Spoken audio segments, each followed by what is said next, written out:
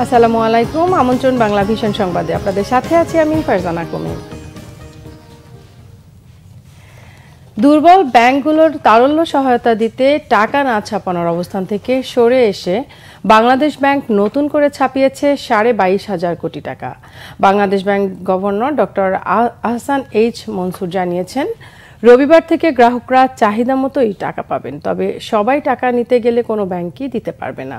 গ্রাহকের আমানত নিয়ে চিন্তার কিছু নেই, এটি নিয়ে মাথা ব্যথা কেন্দ্রীয় ব্যাংকের বলেও জানান তিনি। বৃহস্পতিবার কেন্দ্রীয় ব্যাংকের সংবাদ সম্মেলনে governor doctor Ahsan H Mansur আশ্বস্ত করলেন গ্রাহকদের। জানান, ব্যাংক খাতে অস্থিরতা দূর করতে চায় কেন্দ্রীয় ব্যাংক। তিনি বলেন, অর্থ না ছাপানোর অবস্থান থেকে সাময়িকভাবে সরে এসেছে কেন্দ্রীয় ব্যাংক। গ্রাহকের কথা চিন্তা করে দুর্বল 6টি ব্যাংকে দেয়া হচ্ছে টাকা। কেন্দ্রীয় ব্যাংক খেলাপি ঋণের প্রকৃত পরিমাণ বের করেছে বলেও জানান governor doctor Ahsan H Mansur. অসময়েও ডেঙ্গুর সংক্রমণ বাড়ছে, থামছে না মৃত্যু। স্বাস্থ্য বিশেষজ্ঞরা বলছে, ডেঙ্গু এখন শুধু মৌসুমি নয়, বছরব্যাপী ব্যাধিতে পরিণত হয়েছে।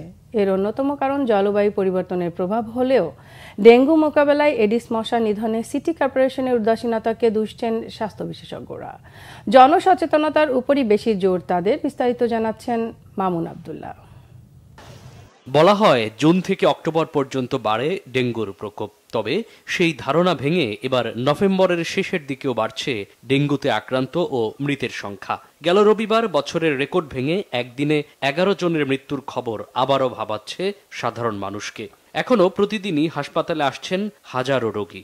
হাসপাতালের ডেঙ্গু ডেডিকেটেড ওয়ার্ডগুলোর চিত্রই বলে দিচ্ছে সংক্রমণ কোন পর্যায়ে। স্ত্রীকে নিয়ে আমি 9 দিন প্রায় হাসপাতালে ভর্তি ছিলাম, তখন আমি সুস্থ ছিলাম, তো একটু ভালো হয়েছে, এখন আবার আমার হয়েছে। সিটি কর্পোরেশন লোকে আমাদের বাসার আঙিনে তো ওষুধ দিত না, বমি আসতো, মাথা ব্যথা, পেট ব্যথা, জয়েন্ট পেইন ছিল, সিভিয়ার ডায়রিয়া। এরপরে 3-4 দিন পরে ইন্টারনাল ব্লিডিং শুরু হলো। আমাদেরকে কখনোই দেখা যায় না যে ডেঙ্গুর কোনো ওষুধ দেওয়া হচ্ছে।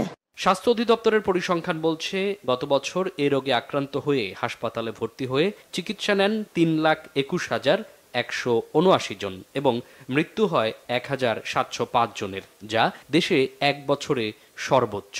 তবে গেল কয়েক বছর ধরেই ধারাবাহিকভাবে বাড়ছে ডেঙ্গুতে আক্রান্ত ও মৃত্যুর সংখ্যা। চলতি বছরের জানুয়ারি থেকে এখন পর্যন্ত সব মিলিয়ে ৭৯,৬০৩ জন রোগী হাসপাতালে ভর্তি হয়েছেন। এখন পর্যন্ত মারা গেছেন 475 জন। স্বাস্থ্য বিশেষজ্ঞরা দায়ী করলেন সিটি কর্পোরেশনের উদাসীনতাকে।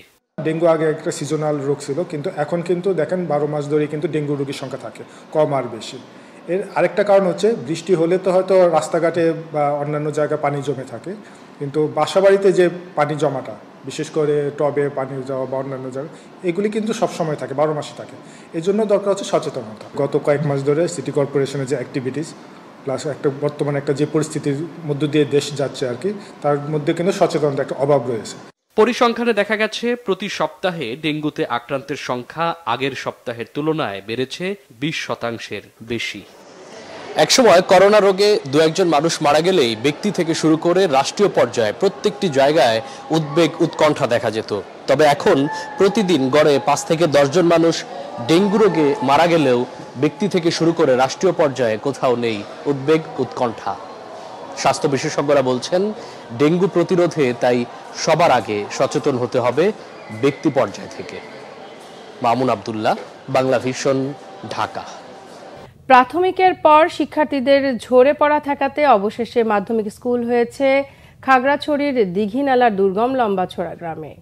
জেলা প্রশাসনের সহযোগিতায় ও ডাক্তার নয়নময় ত্রিপুরা সহ কয়েকজন শিক্ষা অনুরাগীর প্রচেষ্টায় ওই গ্রামে স্কুল অ্যান্ড কলেজের ভবন নির্মাণের পর শুরু হয়েছে মাধ্যমিক স্তরের পাঠদান।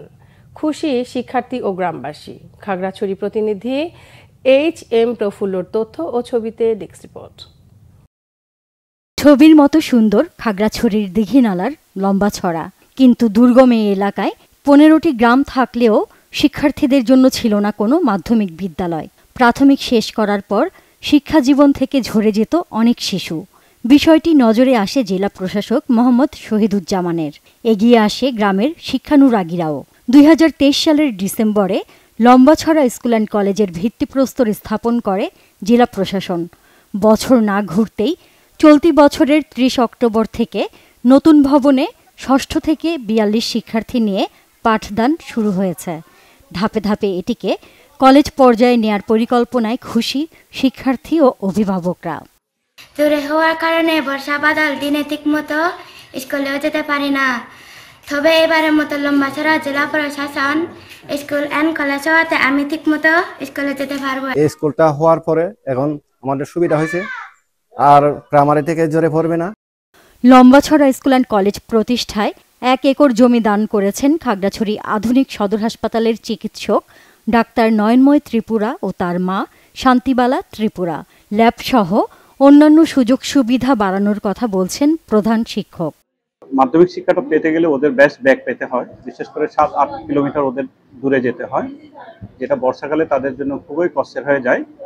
তো আমি এবং আমার মা আমরা মিলে ওখানে আমরা ১ একর জায়গা দান করেছি। পর্যায়ক্রমে যে কাজগুলো করার ওদের জন্য যে বিভিন্ন ল্যাব থেকে শুরু করে বিজ্ঞানসম্মত যে ক্লাসগুলো করার সবগুলো আমরা আশা করি চেষ্টা করব ওদেরকে মানসম্মত শিক্ষা দেওয়ার জন্য। দুর্গম হয় শিক্ষার্থীদের দুর্ভোগ লাঘবে আবাসিক ছাত্রাবাস নির্মাণের পরিকল্পনার কথা জানিয়েছেন দীঘিনালা উপজেলা নির্বাহী কর্মকর্তা মোহাম্মদ মামুনুর রশিদ। ১ থেকে ১.৫ ঘন্টা বাচ্চারা হেঁটে এসে স্কুল করে, এখানে একটি আবাসিক ভবন তৈরি করা এবং এর মাধ্যমে এই এলাকার বিদ্যুৎ, রাস্তাঘাট, অন্যান্য যে অবকাঠামো সকল কিছু উন্নয়ন হবে। পাহাড়ের সামগ্রিক উন্নয়নে শিক্ষাকে সর্বোচ্চ গুরুত্ব দেওয়ার পাশাপাশি দুর্গম গ্রামগুলোতে নাগরিক সুবিধা উন্নয়নে কাজ চলছে বলে জানিয়েছেন জেলা প্রশাসক। এখানকার এলাকাবাসী যাতে একটা স্বপ্ন দেখতে পারে এবং স্বপ্ন বাস্তবায়ন করতে পারে সেই ব্যাপারে আমরা প্রয়োজনীয় উদ্যোগ নেব। ইচ্ছা, উদ্যোগ আর সমন্বিত প্রচেষ্টায় যে কোনো অসম্ভব কাজও সম্ভব। লম্বাছড়া হাই স্কুলকে তার দৃষ্টান্ত বলছেন সংশ্লিষ্টরা।